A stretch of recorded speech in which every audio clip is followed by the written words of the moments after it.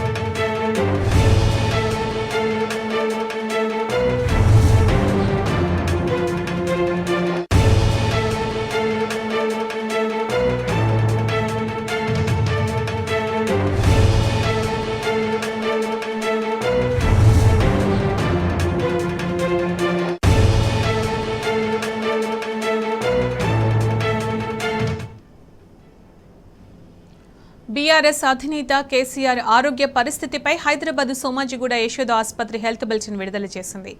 కేసీఆర్ ఎడమ తుంటి ఎముక విరిగిందని, ఆపరేషన్ చేసి రీప్లేస్ చేస్తామని వెల్లడించింది. కేసీఆర్ ఆరోగ్య పరిస్థితి నిలకడగా ఉందని, కోలుకోవడానికి 6 నుంచి 8 వారాల సమయం పడుతుందని పేర్కొంది. వివిధ విభాగాల వైద్య నిపుణులు కేసీఆర్ ఆరోగ్య పరిస్థితిని నిరంతరం పర్యవేక్షిస్తున్నారని యశోద ఆసుపత్రి హెల్త్ బులెటిన్లో తెలిపింది.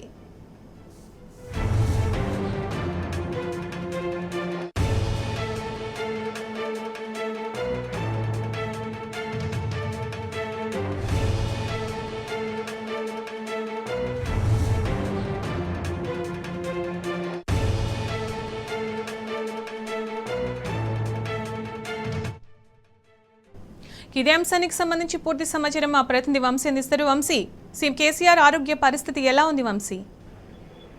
కొద్దిసేపటి క్రితమే ఏదైతే సోమాజిగూడ యశోద ఆసుపత్రి వర్గాలు బీఆర్ఎస్ పార్టీ అధినేత ఏదైతే మాజీ ముఖ్యమంత్రి కేసీఆర్ గారి హెల్త్ బులెటిన్ రిలీజ్ చేయడం జరిగింది. అందులో ప్రధానంగా సిటీ స్కాన్ తో పాటుగా ఇతర హిప్ పరీక్షలు కావచ్చు, ఇతర పరీక్షలు కూడా నిర్వహించినట్టు కూడా చెప్పడం జరిగింది. సిటీ స్కాన్ లో ఏదైతే హిప్ ఫ్రాక్చర్ ఉన్నట్టు కూడా గుర్తించడం జరిగింది. దాంతో పాటుగా ఏదైతే ఎడమ హిప్ కు సంబంధించినటువంటి రీప్లేస్ అవసరం అవుతుందని కూడా వైద్యులు తెలిపినటువంటి పరిస్థితి కూడా మనం చూస్తా ఉన్నాము. ఇలాంటి కేసులకు సంబంధించి కూడా కొంత సర్జరీ అవసరం అవుతుంది. ఇలాంటి కేసులు రికవరీ కావడానికి దాదాపుగా 6 నుంచి 8 వారాల పాటు రెస్ట్ ఏదైతే డిశ్చార్జ్ అవసరం అవుతుందని కూడా వైద్యులు చెప్పినటువంటి పరిస్థితి కూడా మనం చూడొచ్చు హెల్త్ బులెటిన్ లో. ప్రధానంగా orthopaedic, anaesthesia, general medicine, pain medicine తో పాటుగా ఇతర వైద్య బృందాలు కూడా ఎప్పటికప్పుడు వారికి వైద్య సేవలు అందిస్తున్నటువంటి పరిస్థితి కూడా మనం చూస్తా ఉన్నాం. ప్రజెంట్ ఆరోగ్య పరిస్థితి మాత్రం నిలకడగా ఉన్నట్టు కూడా వైద్యులు చెప్తున్నటువంటి పరిస్థితి కూడా మనకు కనపడతా ఉంది. ఏదైతే ప్రజెంట్ సంజయ్ నేతృత్వంలో యశోద ఆసుపత్రి డాక్టర్ సంజయ్ నేతృత్వంలో వైద్య సేవలు అందిస్తున్నటువంటి పరిస్థితి కూడా మనం చూస్తా ఉన్నాము. ఈ రోజు సాయంత్రం సర్జరీ నిర్వహించే అవకాశం ఉన్నట్టు కూడా అటు వైద్యులు యశోద ఆసుపత్రి వర్గాలు చెప్పినటువంటి పరిస్థితి కూడా మనం చూస్తా ఉన్నాము. ప్రజెంట్ సిటీ స్కాన్లతో పాటుగా ఇతర పరీక్షలు కూడా నిర్వహించినటువంటి నేపథ్యంలో ఏదైతే సర్జరీ రీప్లేస్మెంట్ ఖచ్చితంగా అవసరం అవుతుందని కూడా వైద్యులు చెప్పినటువంటి పరిస్థితి కూడా మనకు కనపడతా ఉంది. ఇప్పటికే యశోద ఆసుపత్రికి భారీగా బీఆర్ఎస్ నేతలు కావచ్చు చేరుకుంటున్నటువంటి పరిస్థితి కూడా మనకు కనపడుతుంది. దాంతో పాటుగా ఏదైతే మాజీ ముఖ్యమంత్రి బీఆర్ఎస్ పార్టీ అధినేత కేసీఆర్ గారి అభిమానులు కూడా పెద్ద ఎత్తున యశోద ఆసుపత్రికి చేరుకుంటున్నటువంటి పరిస్థితి కూడా మనకు కనపడతా ఉంది. ఇప్పటికే ఆసుపత్రిలో అటు హరీష్ రావు కావచ్చు, మా ఎమ్మెల్యేలు హరీష్ రావు కావచ్చు, కేటీఆర్ గారు కావచ్చు, కవిత కూడా ఉన్నటువంటి పరిస్థితి కూడా మనకు కనపడతా ఉంది. మొత్తం మీద చూస్తే మాత్రం ఈ రోజు సాయంత్రానికి సర్జరీ చేసే అవకాశం ఉన్నట్టు ఎప్పటికప్పుడు కూడా యశోద ఆసుపత్రి వారు ఏదైతే హెల్త్ బులెటిన్ కూడా రిలీజ్ చేస్తామని కూడా చెప్తా ఉన్నారు. Right Vamshi, thank you.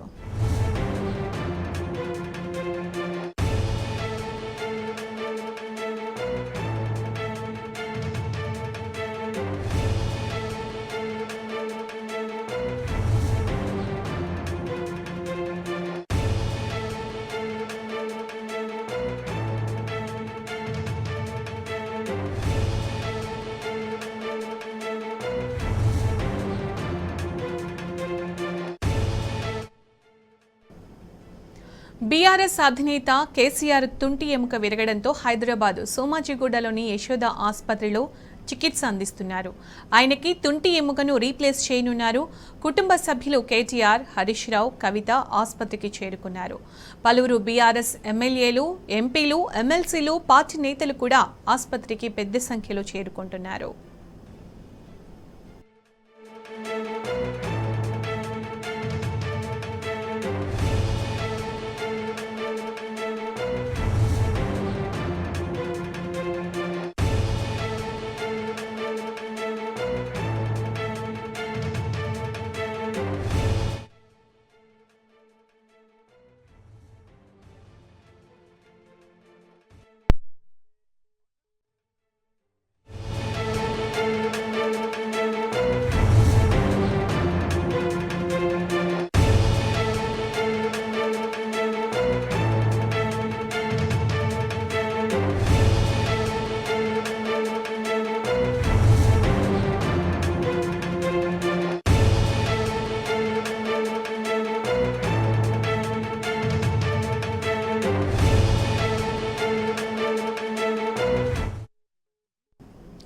BRS అధినేత కేసీఆర్ ఆరోగ్య పరిస్థితిపై ప్రధాని మోదీ స్పందించారు. కేసీఆర్ ఆరోగ్య పరిస్థితి తెలిసి బాధపడినట్లు తెలిపారు. కేసీఆర్ త్వరగా కోలుకోవాలని ప్రధాని మోదీ ప్రార్థించారు.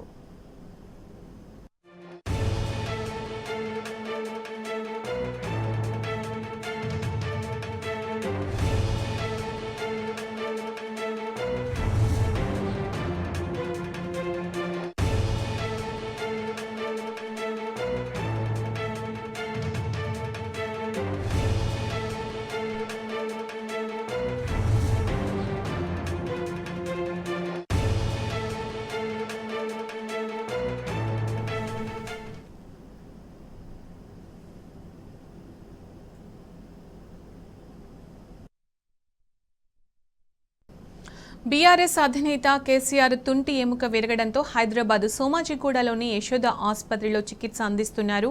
ఆయనకు తుంటి ఎముకను రీప్లేస్ చేయనున్నారు. కుటుంబ సభ్యులు కేటీఆర్, హరీష్ రావు, కవిత ఆసుపత్రికి చేరుకున్నారు.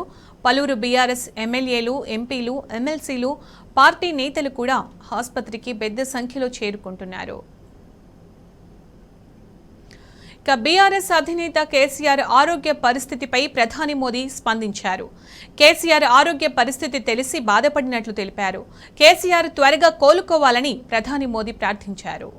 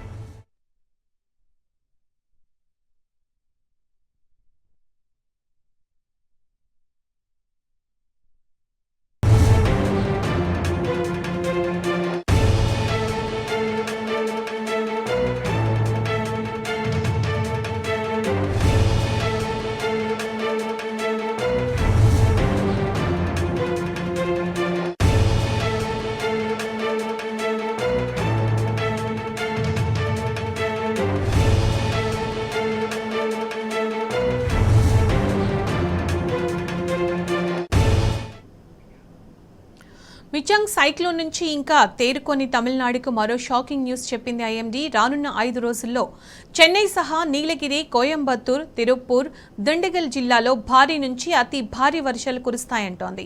తేని, పుదుక్కొట్లై, తాంజావూరు జిల్లాలోనూ కుండపోత వర్షాలు పడే అవకాశం ఉందని పేర్కొంది.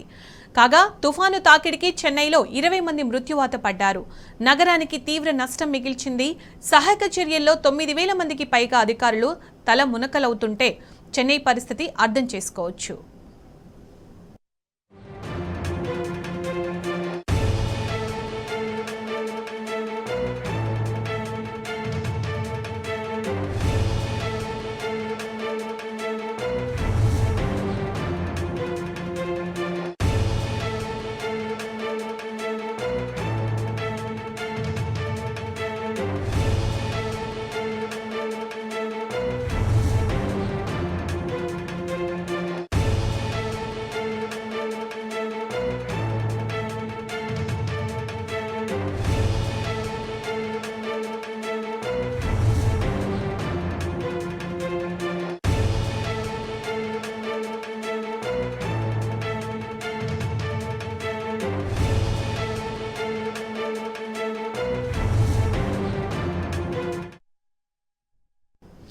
మిచాంగ్ సైక్లోన్ నుంచి ఇంకా తేరుకోని తమిళనాడుకి మరో షాకింగ్ న్యూస్ చెప్పింది ఐఎండీ. రానున్న 5 రోజుల్లో చెన్నై సహా నీలగిరి, కోయంబత్తూర్, తిరుప్పూర్, దిండిగల్ జిల్లాలో భారీ నుంచి అతి భారీ వర్షాలు కురుస్తాయంటోంది. తేని, పుదుక్కోట్లై, తాంజావూరు జిల్లాల్లోనూ కుండపోత వర్షాలు పడే అవకాశం ఉందని పేర్కొంది. కాగా తుఫాను తాకిడికి చెన్నైలో 20 మంది మృత్యువాత పడ్డారు. నగరానికి తీవ్ర నష్టం మిగిల్చింది. సహాయక చర్యలో 9,000 మందికి పైగా అధికారులు తల మునకలవుతున్నారంటే చెన్నై పరిస్థితి ఏంటో అర్థం చేసుకోవచ్చు.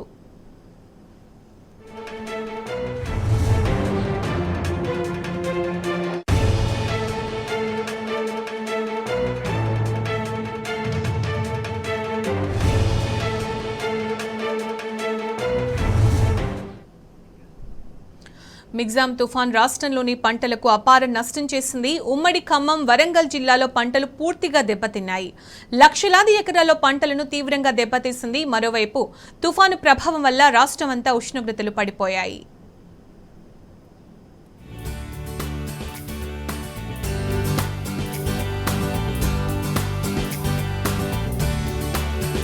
రాష్ట్రంలో మిగ్జామ్ తుఫాన్ తీవ్ర నష్టాన్ని మిగిల్చింది. తుఫాను ప్రభావంతో మంగళ, బుధవారాల్లో కురిసిన భారీ వర్షాల కారణంగా 4.72 లక్షల ఎకరాల్లో పంటలు నీట మునిగి అన్నదాతలకు అపార నష్టం వాటిల్లింది. ముఖ్యంగా ఉమ్మడి ఖమ్మం, వరంగల్ జిల్లాలో వరి పైర్లు నేలవాలగా పత్తి, మిర్చి, మొక్కజొన్న పంటలు దెబ్బతిన్నాయి.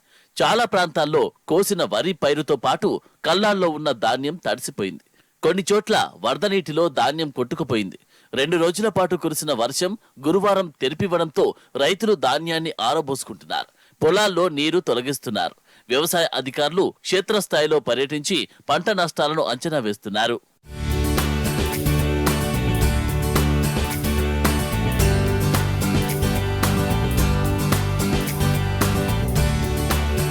మిగ్జామ్ తుఫాన్ ప్రభావం తెలంగాణపై కనిపిస్తున్నది. 2 రోజులుగా చలిగాలుల తీవ్రత పెరిగింది. ఉష్ణోగ్రతలు కూడా గణనీయంగా తగ్గుముఖం పట్టాయి. అటు హైదరాబాద్ లో చలిగాలుల తీవ్రత పెరిగింది. తుఫాను ప్రభావంతో 3 రోజులుగా పగలు, రాత్రి ఉష్ణోగ్రతలు పడిపోయాయి. సాధారణం కంటే నగరంలో 6 నుంచి 7 డిగ్రీలు తక్కువగా నమోదవుతుండటంతో చలి తీవ్రత ఒక్కసారిగా పెరిగింది. తెల్లవారుజామున మంచు కప్పేయడంతో వాహనదారులు ఇబ్బందులు పడుతున్నారు. మరో 4 రోజుల పాటు వాతావరణం ఇలాగే కొనసాగుతుందని వాతావరణ శాఖ తెలిపింది.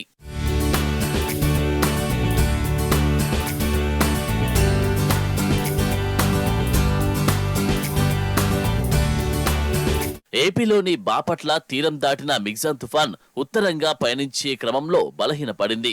బుధవారం మధ్యాహ్నానికి అల్పపీడనంగా మారి కోస్తా, దక్షిణ ఒడిశా, ఛత్తీస్గఢ్లకు ఆనుకొని తెలంగాణలోని ఈశాన్య ప్రాంతంలో కొనసాగుతుంది. అది ఛత్తీస్గఢ్ వైపు పయనించి గురువారం పూర్తిగా బలహీనపడిందని వాతావరణ శాఖ తెలిపింది.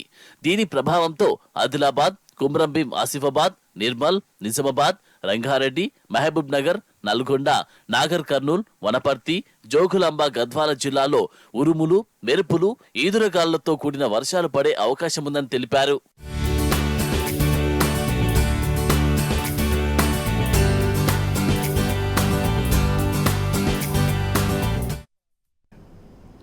తెలంగాణలో రైతు ఆత్మహత్యలు గణనీయంగా తగ్గుముఖం పట్టాయి. గత బీఆర్ఎస్ ప్రభుత్వం తీసుకున్న రైతు, వ్యవసాయ సంబంధిత చర్యలు, పథకాలు సత్ఫలితాలిచ్చాయి.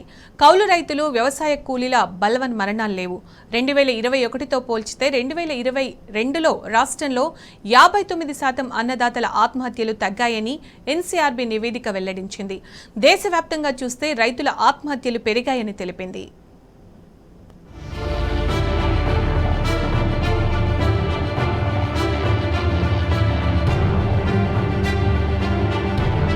తెలంగాణలో రైతుల ఆత్మహత్యలు గణనీయంగా తగ్గాయని జాతీయ నేర గణాంకాల సంస్థ తెలిపింది. అయితే దేశవ్యాప్తంగా రైతుల ఆత్మహత్యల సంఖ్య పెరుగుతూ ఉండగా తెలంగాణలో తగ్గిపోవడం గమనార్హం. 2021తో పోలిస్తే 2022లో రైతుల ఆత్మహత్యలు 59% తగ్గాయని ఎన్సీఆర్బీ తెలియజేసింది. 2021లో రాష్ట్రంలో 303 రైతు ఆత్మహత్యలు నమోదవగా 2022లో 178 మాత్రమే నమోదయ్యాయని ఈ నివేదికలో ప్రకటించింది. కౌలు రైతులు, వ్యవసాయ ఆధారిత కూలీల బలవన్మరణాలు నమోదు కాలేదని ఎన్సీఆర్బీ నివేదిక వెల్లడించింది.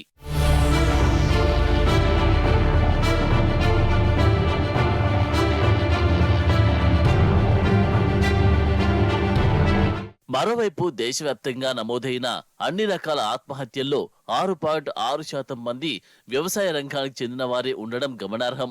2022లో దేశవ్యాప్తంగా అన్ని రకాల కారణాలు కలిపి 1,70,924 మంది ప్రజలు ఆత్మహత్యలు చేసుకున్నారు.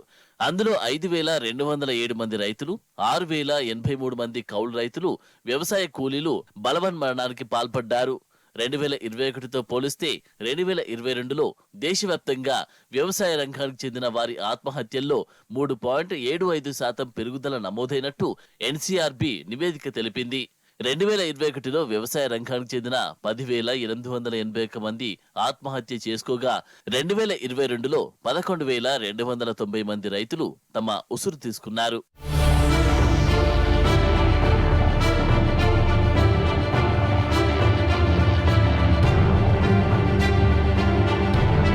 పంటల పెట్టుబడికి అప్పులు చేసి వాటిని తిరిగి చెల్లించలేకే గతంలో అన్నదాతలు ఆత్మహత్యలు చేసుకునేవారు. కానీ రైతులను రారాజులు చేయాలనుకున్న గత సీఎం కేసీఆర్ ప్రభుత్వం తన హయాంలో రైతు బంధు, రైతు బీమా, రుణమాఫీ, గిట్టుబాటు ధర, ధాన్యం కొనుగోలు సెంటర్లు, 24 గంటల వ్యవసాయానికి ఉచిత కరెంటు వంటి చర్యలు తీసుకున్నారు. రైతు బంధు పథకాన్ని ప్రవేశపెట్టి దాదాపు 11 పర్యాయాలు 73,000 కోట్ల వరకు పెట్టుబడి సాయం కింద అందించారు. దీంతో తెలంగాణలో రైతుల ఆత్మహత్యలు తగ్గుముఖం పట్టాయి. ఇదే విషయం ఎన్సీఆర్బీ తాజా నివేదికతోనూ స్పష్టమవుతున్నది.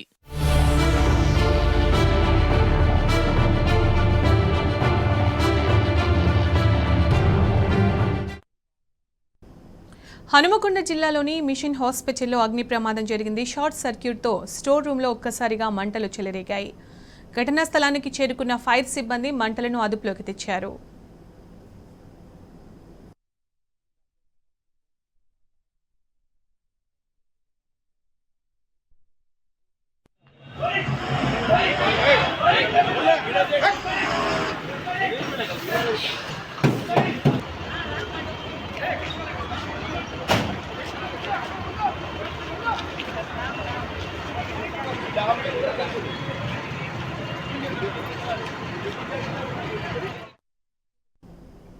దేశంలో ఉద్యోగ కల్పనకు బ్రేక్ పడింది. వైట్ కాలర్ ఉద్యోగ నియామకాలు మందగించాయి. ఈ ఏడాది అక్టోబర్, నవంబర్ నెలల్లో నిరుడితో పోల్చితే 12% హైరింగ్ కార్యకలాపాలు తగ్గినట్లు నౌకరీ జాబ్ స్పీడ్ ఇండెక్స్ తాజాగా వెల్లడించింది. ఐటీ, సాఫ్ట్వేర్, టెలికాం, విద్యా రంగాల్లో మారిన పరిస్థితులే ఇందుకు ప్రధాన కారణమని నివేదికలో పేర్కొంది. గత ఏడాది అక్టోబర్, నవంబర్ నెలల్లో వైట్ కాలర్ జాబ్ రిక్రూట్మెంట్లు 2,781గా ఉండగా ఈ ఏడాది 2,433కే పరిమితమయ్యాయి.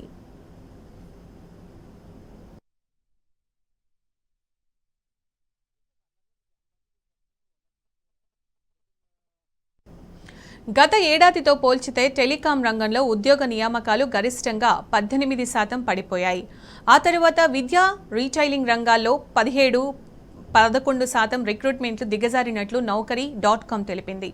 అంతేగాక చమురు, గ్యాస్ రంగాల్లో వైట్ కాలర్ ఉద్యోగ నియామకాలు గతంలో కన్నా 9% పెరిగినట్టు వెల్లడించింది. అటు ఔషధ, బీమా రంగాల్లో కూడా 5-6% కొత్త ఉద్యోగ అవకాశాలు పెరిగినట్లు తెలిపారు Naukri dot com chief business officer Pavan Goyal.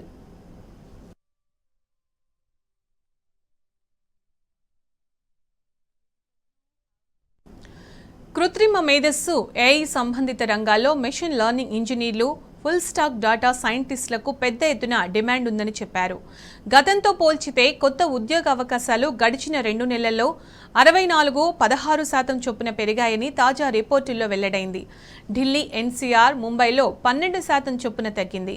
Bengaluru, Hyderabad, Chennai, పూణేలోనూ ఇదే పరిస్థితి ఉన్నట్టు నౌకరీ.com తెలియజేసింది. ఇక సీనియర్లకు ఉద్యోగ నియామకాల్లో కంపెనీలు అత్యంత ప్రాధాన్యతనిస్తున్నాయి. 16 ఏళ్లకు పైగా అనుభవం ఉన్నవారికి 26% అవకాశాలు పెరిగినట్టు తెలిపింది. ఇదే సమయంలో ఫ్రెషర్స్ నియామకాల్లో వృద్ధి 13% తగ్గింది.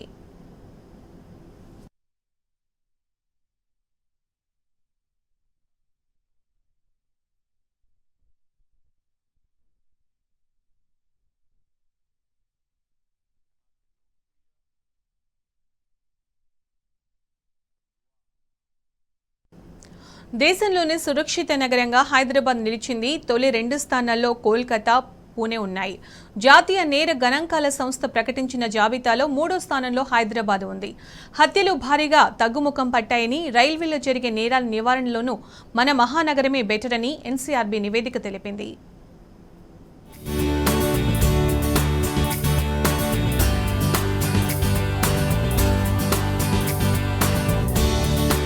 తెలంగాణ రాజధాని హైదరాబాద్ సురక్షితమైన నగరంగా నిలిచింది.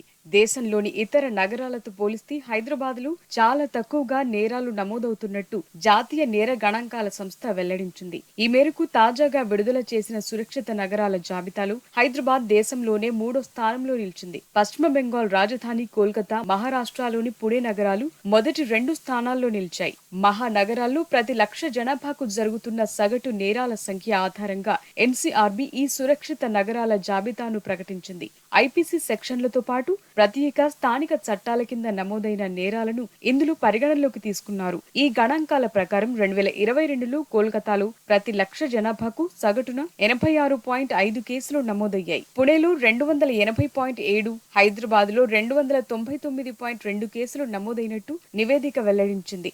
20 లక్షలకు పైగా జనాభా ఉన్న 19 నగరాల్లో నమోదైన కేసులను పరిగణనలోకి తీసుకున్న ఎన్సీఆర్బీ ఈ ర్యాంకులిచ్చింది. అయితే కోల్కతాలో మహిళలపై 2021లో జరిగిన 1783 నేరాలతో పోల్చితే 2022లో 1890 కేసులు పెరిగాయి.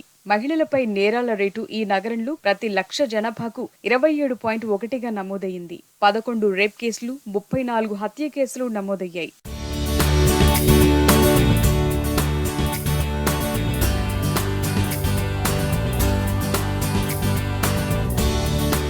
తెలంగాణ పోలీసులు తీసుకుంటున్న పటిష్టమైన చర్యల వల్ల రాష్ట్రంలో హత్యలు భారీగా తగ్గుముఖం పట్టాయి. కఠినమైన చర్యలు, వేగవంతమైన దర్యాప్తు, కఠిన శిక్షలు, చేపడుతున్న అవగాహన కార్యక్రమాల వల్ల ఏటా హత్యలు తగ్గుతున్నాయి. 2021తో పోల్చితే 2022లో హత్యల రేటు 12.5% తగ్గింది. ఎన్సీఆర్బీ ప్రకారం 2021లో 1026 హత్య కేసులు నమోదవగా గతేడాది ఆ సంఖ్య 937కు తగ్గింది. ఈ హత్య కేసుల్లో నిందితులకు జీవిత ఖైదు పడేలా పోలీసులు చర్యలు తీసుకున్నారు. వీటితో పాటు రైల్వేలో జరిగే నేరాలు కూడా తెలంగాణలో పూర్తి స్థాయిలో అదుపులో ఉన్నట్లు ఎన్సీఆర్బీ తెలిపింది. గుజరాత్, ఛత్తీస్గఢ్, జార్ఖండ్, మహారాష్ట్ర, ఢిల్లీ, పశ్చిమ బెంగాల్ రాష్ట్రాల్లో రైల్వే నేరాల సంఖ్య ఏటేటా పెరుగుతోంది. మహారాష్ట్రలో 2022లో 146,621 కేసులు నమోదు కాగా తెలంగాణలో 10,863 కేసులు మాత్రమే నమోదయ్యాయి.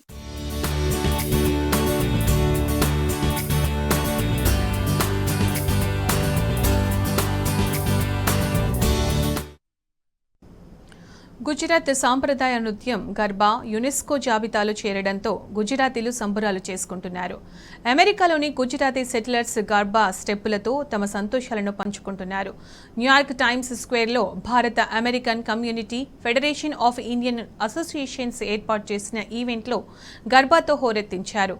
ఇంటర్జిబుల్ కల్చరల్ హెరిటేజ్ లిస్టులో గర్బాకు చోటు దక్కడం చారిత్రక నిర్ణయమన్నారు.